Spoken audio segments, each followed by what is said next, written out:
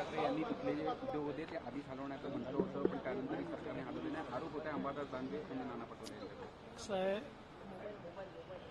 कुठलेही उद्योग हे काही एका दिवसात हलवले जाऊ शकत नाही. हे उद्योग हलवले गेले पाहिजेत या संदर्भात बऱ्याच वर्षापासून चर्चा चाललेली आहे. उद्धव ठाकरेंनी त्याकरता काहीही केलेलं नाही. मला त्यांनी केलेला एक निर्णय फाईलवरचा दाखवा, एक की त्यांनी फाईल मूव्ह केली आहे असा एक निर्णय दाखवा, काही केलेलं नाही. पण मला असं वाटतं की या घटनेचं गांभीर्य लक्षात घेतलं पाहिजे आणि या सगळ्या उद्योगांना अल्टरनेट जागा दिली पाहिजे. त्याकरता निश्चितपणे सरकार पुढाकार घेईल. पुणे में जो एक्सीडेंट हुआ था उसके बाद से महाविकास आघाड़ी का आंदोलन हो रहा है, क्या कहेंगे? बदली करा किंवा असं आहे की याचं राजकीयकरण करण्याचा प्रयत्न त्यांचा चाललेला आहे.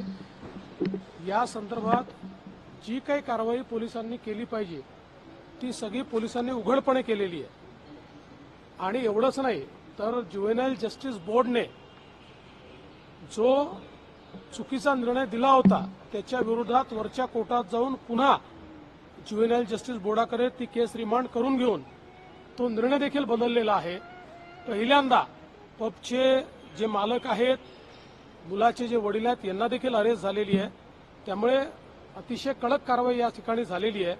पण प्रत्येक गोष्टीचं राजकीयकरण करणं असा हा जो उद्योग चाललेला आहे हा काही योग्य नाही आहे. भाऊ दांडेकरांनी तुम्हाला पत्र लिहिलं, मी बघितलं नाही, मला माहिती शालेय नाही. मला माहिती नाही. शालेय अभ्यासक्रमाचा जो आराखडा आहे त्याच्यात मनुस्मृती असल्याचं सांगताय. काँग्रेसकडून मनाचे श्लोक मनुस्मृती असण्याचं मला सांगण्यात येत आहे.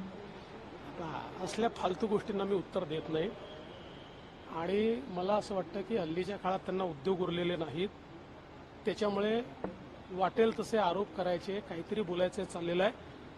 मनाचे श्लोक जे आहेत हे या महाराष्ट्रामध्ये वर्षानुवर्ष त्या ठिकाणी म्हटले जातात, ऐकले जातात, बोलले जातात.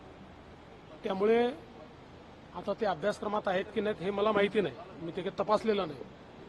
पण एक गोष्ट निश्चितपणे सांगतो, विनाकारण संभ्रम तयार करायचा हा जो प्रयत्न आहे हा चुकीचा आहे. राज्य दुष्काळाच्या